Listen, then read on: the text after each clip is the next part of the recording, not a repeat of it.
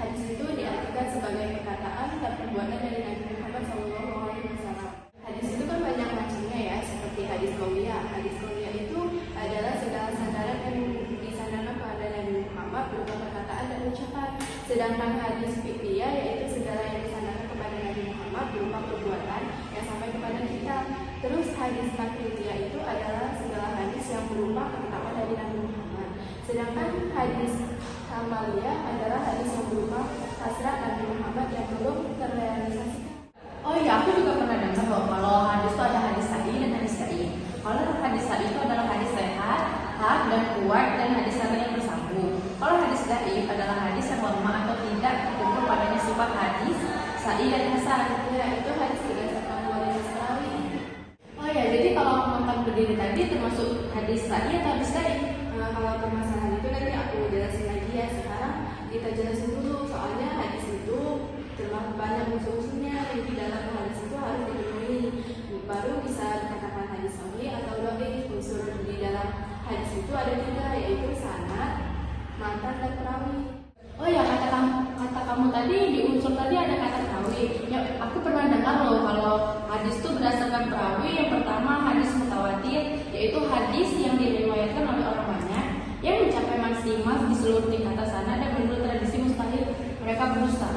Nah, itu hadis mutawatir juga dibagi menjadi 3 bagian, yaitu mutawatir lafzi, mutawatir maknawi, dan amali. Oh iya, terus juga aku pernah yang kedua hadis ahad adalah hadis yang diriwayatkan oleh satu orang perawi.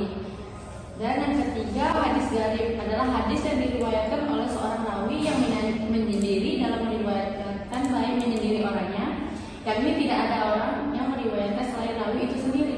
Ya, hadis itu juga terbagi menjadi 2 bagian, yaitu hadis gharib mutlak dan gharib nisbi.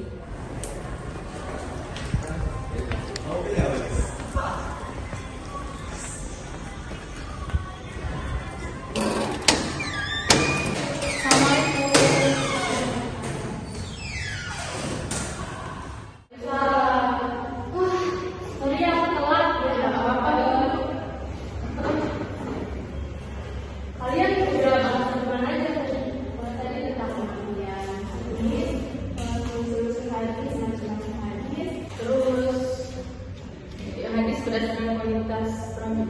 Oh, jadi kalian kalau periode hadis itu belum jelas, sebenarnya belum tahu. Jadi kalau periode itu aku udah pernah dengar kan. Kalau periode hadis yang pertama itu pada masa Rasulullah. Pada masa Rasulullah itu kan baca tulisan sedikit sekali kan. Jadi Rasulullah lebih menyarankan untuk menghafal. Sahabat-sahabatnya untuk menghafal. Nah, terus periode yang kedua itu pada masa wafat Rasulullah.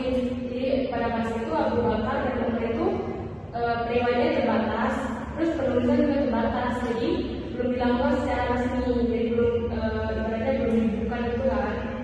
Nah, terus di periode selanjutnya, nah periode masa tabi'in itu periode yang berkembang dan luas, periwayatnya udah banyak, jadi masa itu Islam itu sudah menyebar luas di negeri-negeri Arab. Nah, terus periode yang paling ditunggu buat pembukuan hadis itu kan pada periode masa Khalifah Umar itu Abdul Aziz. Nah, periode ini hadis itu udah dibukukan, yang dipercayai oleh beliau itu buat pembukuan hadis Abu Bakar itu Hasan.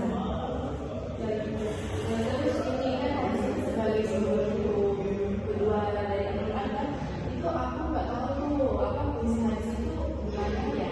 Oh iya, fungsi hadis itu kan pasti ada kan, itu kan sumber kedua dari Al-Quran. Jadi fungsi hadis itu yang pertama itu kan ada bayan takrir. Bayan takrir itu adalah lebih untuk memperkuat yang misalkan dari Al-Quran terus diperkuat lagi di hadis gitu. Nah, terus yang kedua bayan tafsir. Bayan tafsir itu merincikan dan menjelaskan ayat-ayat Al-Quran secara global, misalkan seperti perintah sholat, perintah zakat itu lebih dirinci lagi di dalam hadis. Terus yang ketiga, bayan tafsir itu menetapkan hukum atau aturan yang ditetapkan di dalam Al-Quran. Terus yang terakhir ada bayan nasakh, menghapus ketentuan-ketentuan yang ada di dalam Al-Quran, misalkan